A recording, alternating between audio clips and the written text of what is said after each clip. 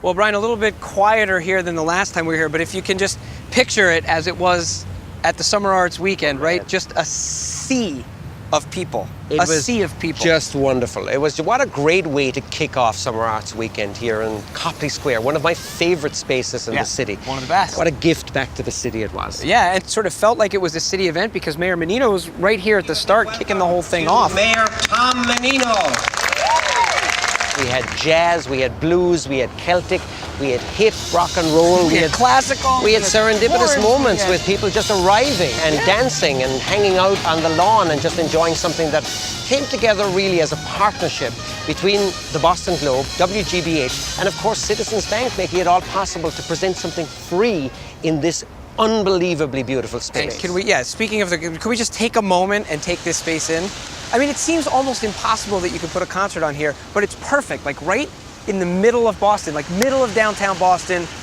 What a space. Couldn't be better. Couldn't be better. We've got one of the busiest streets in the city right here, buzzing right by us. As Mayor Menino said, he was bringing Bourbon Street to Boylston Street. And you know, that was a great phrase. One of the best things about it too is we got a tea stop right here. So you had a lot of people who were coming because they knew about Summer Arts Weekend, but because we're right in the middle of the city, because you have the tea right there, you had a lot of people who had no idea about it, who were walking by and just like, what the heck's going on? Oh, a giant concert happening for free right in the middle of the city. This was a Boston moment. It really was a Boston moment for the entire weekend. It was just absolutely amazing. Well, these outdoor concerts, of course, the centerpiece of the Summer Arts Weekend, but Brian, outside isn't the only place where things are happening this weekend, isn't that right? So the Copley Plaza Hotel is just one of the interesting spaces that we're using in the city to develop this after-hours club idea. This oval room is really classic. Yes. Brian, I had forgotten how great this space is. This was like the party room last year. So the after hours thing's gonna happen in this space and another this year, right? It is. This year it'll see the great Dr. John. Rebellion, revolution is this. This amazing Bhangra funk band from Brooklyn called Red Barat. Put your hands up. Come on, Southpaw. Here we go. Carlos Nunez, he's a Galician piper. He's going to be here with the Landmarks Orchestra.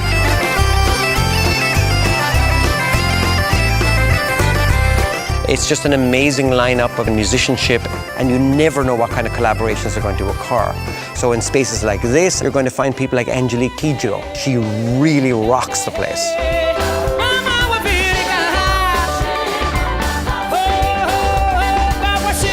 Possibly getting together with Jake Shimabukuro, that internet sensation on the ukulele.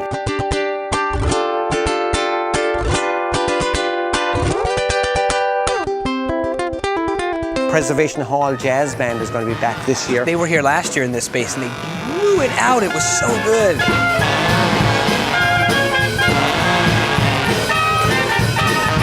You know what really excites me about being involved in this festival is its very design. It's designed to get great artists into town, but every time one agrees to come here, we talk about collaboration. We talk about who else is on the bill. They're not just coming in to do their own little spot, they're coming in to share their musical passion.